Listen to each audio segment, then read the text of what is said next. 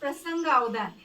काय नाव तिचं? प्रसंग अवधान. एक अनिकेत नावाचा मुलगा असतो, छोटा असतो, बिलकुल 4 वर्षाचा. जेमतेम तो अंगणवाडीत जायला लागतो आणि त्याच्या भावाचं नाव असतं नेहाल. तो त्याच्यापेक्षा छोटा असतो, 2.5 वर्षाचा. ते दोघ जण अशीच अंगणात खेळत असतात. असंच पाऊस आलेला असतं. आज जसं पावसाचं वातावरण आहे तसं पाऊस आलेलं असतं आणि त्याच्या घरासमोर बांधकाम सुरू असतं. बांधकाम सुरू असल्यावर गड्डे गिड्डे खोदतात की नाही, तर त्या गड्ड्यामध्ये पाऊस आल्यामुळे पावसाचं पाणी साचतं आणि जो नेहाल असतो तो खेळता खेळता काय करतो, त्या गड्ड्यामध्ये पडतो. मग अनिकेतचं लक्ष जातं की नेहाल आपल्या गड्ड्यामध्ये पडला. तो त्याला गड्ड्याजवळ जातो, धावत धावतो आणि त्याला बाहेर काढण्याचा प्रयत्न करतो. पण पाणी आतमध्ये 3 फूट खोल असतं गड्ड्यामध्ये. त्यामुळे नेहाल काही त्याला अनिकेत काही नेहालला बाहेर काढू शकत नाही. मग आता काय करावं, त्याला काही सुचत नाही. एखादा लहानसा पोरगा असता तर रडत बसला असता, आहे की नाही.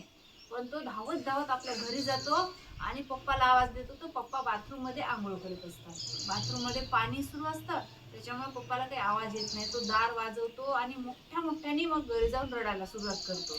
त्याची आई बाहेर गेलेली असते. खूप रडतो. रडण्याचा आवाज त्याच्या पप्पाला जातो. तसं जसं गेला तसं त्याचे पप्पा दार काढून बाहेर येतात. तर मग तो सांगतो की आपला नेहाल जो आहे तो काय झालेला आहे, गड्ड्यात पडला आहे. मग ते दोघ जण धावत धावत जातात आणि नेहालला गड्ड्याच्या बाहेर काढतात. पण नेहाल 5 मिनिट गड्ड्यात राहिल्यामुळे त्याचे डोळे बिळे पूर्ण पांढरे आलेले असतात. त्याच्या पोटात नाकातोंडात पाणी गेलेलं असतं. मग त्याला उलट करून त्याला त्याच्या पोटातलं नाकातोंडातलं पाणी काढलं जातं.